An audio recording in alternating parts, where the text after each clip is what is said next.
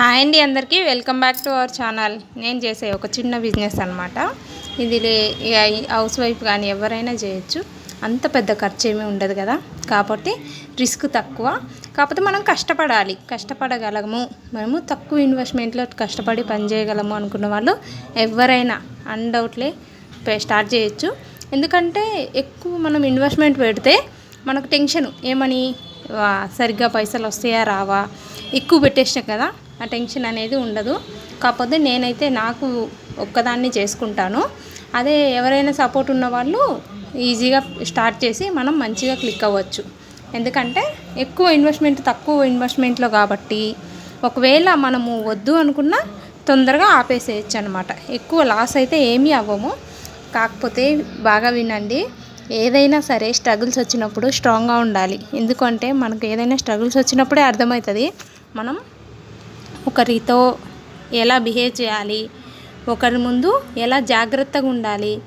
ఒకరు ఏదైనా ఒక ప్రాబ్లం వచ్చినప్పుడే మనకి చాలా నేర్పిస్తుందండి. ఆ ప్రాబ్లం అనేది, ఆ సమస్య అనేది 1కి 100 నేర్పిస్తుంది.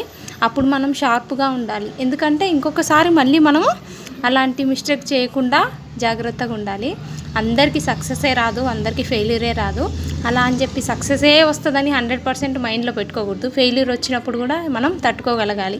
కాకపోతే సగం ఇటు ఉండాలి. ఎందుకంటే ఒకేసారి ఫెయిల్యూర్ వచ్చిందనుకో, సక్సెస్నే మనం ఎక్స్పెక్ట్ చేసి ఫెయిల్యూర్ వచ్చే చాలా స్ట్రగుల్స్ ఫేస్ చేయాల్సి వస్తుంది. ఒక్కసారిగా మనము అసలు ఊపిరాడదు.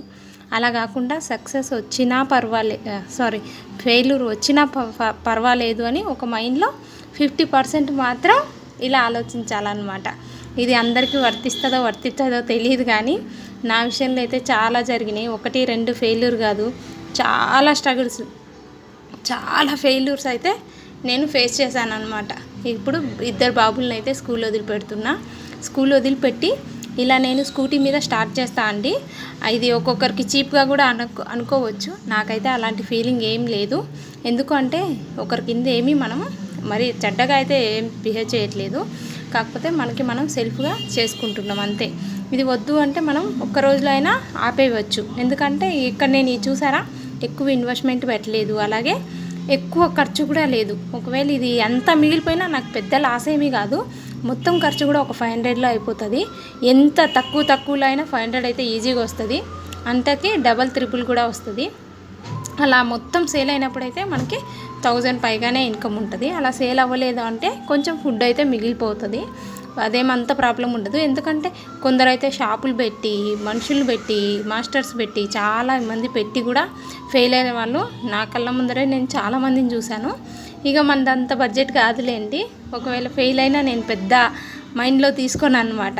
ఒక్కొక్క రోజు మిగులుతుంది, పర్వాలేదు, ఎవరొకరికి ఇచ్చేస్తాను. ఒక్కొక్క రోజు అయితే అంతా అయిపోతుంది, ఇంకా తక్కువ వస్తుంది కూడా. అప్పుడు అనిపిస్తుంది ఒక్కొక్క రోజు ఇట్లుంది, ఒక్కొక్క రోజు అట్లుంది అని చెప్పేసి. ఇక వస్తూ సూపర్ మార్కెట్ నుంచి మా ఇంట్లోకి ఏమేమి అవసరమో అవి అయితే తీసుకొస్తాను అనమాట. ఒక రోజు 2 రోజు కాదు, డైలీ వెళ్తాను సూపర్ మార్కెట్కి. ఏదైనా తక్కువ కాస్ట్లో ఉంటే అయితే అస్సలు మిస్ అవ్వను, అన్నీ తెచ్చుకుంటాను అనమాట. ఇది మా వారికి నైట్ డిన్నరు. ఆయన అయితే నైట్ ఫుడ్ ఏమీ తీసుకోరు, అంటే రైస్ తీసుకోరు, ఏదో ఒక ఫ్రూట్, ఎనీ ఫ్రూట్ అయితే ఆయన తింటారు. ఒక్కరోజు ఒక్క మాట ఒక్కది కాదండి, ప్రతిరోజును మనం ఛాలెంజ్గా తీసుకోవాలన్నమాట. ఒక్క రోజుతో అయిపోయేది కాదు. ఎందుకంటే ఉట్టిగా చెప్తున్నా అంతే. ఒక్కరోజు మనం ఇది ఫేస్ చేసినాము అని అనుకోకూడదు. ప్రతిరోజును ఎటొచ్చినా ఫేస్ చేయగలగాలి. ఒకవేళ గుడ్ ఆర్ బ్యాడ్ ఏదైనా సరే మనము అంత స్ట్రాంగ్గా ఉండాలి. ఎవరైనా సరే అండి, ఇప్పటికి నాకు సపోర్ట్ ఉన్నారు, ఇది ఉన్నారు అనుకోకూడదు. ఎప్పుడు ఏ క్షణం ఎవరి మైండ్ ఎలా ఉంటుందో చెప్పలేము. అలాగే మనం సెల్ఫ్గా అన్నీ చేసుకోగలగాలి, అంతా స్ట్రాంగ్గా ఉండాలి. మనం సంపాదించుకొని మనం బ్రతకగలగాలి.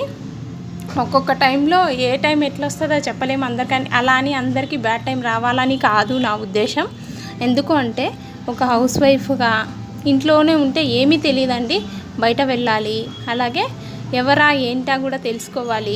ఎవరి మైండ్లో ఏముంటుందో, ఏ క్షణం ఎలా మారుతారో అసలు తెలీదు. అలా అని చెప్పేసి అందరు అట్లా ఉంటారు అనుకోకండి. కానీ ఏమొచ్చినా ఫేస్ చేయగలగాలి. మెయిన్ ఒకటే మైండ్లో పెట్టుకోండి.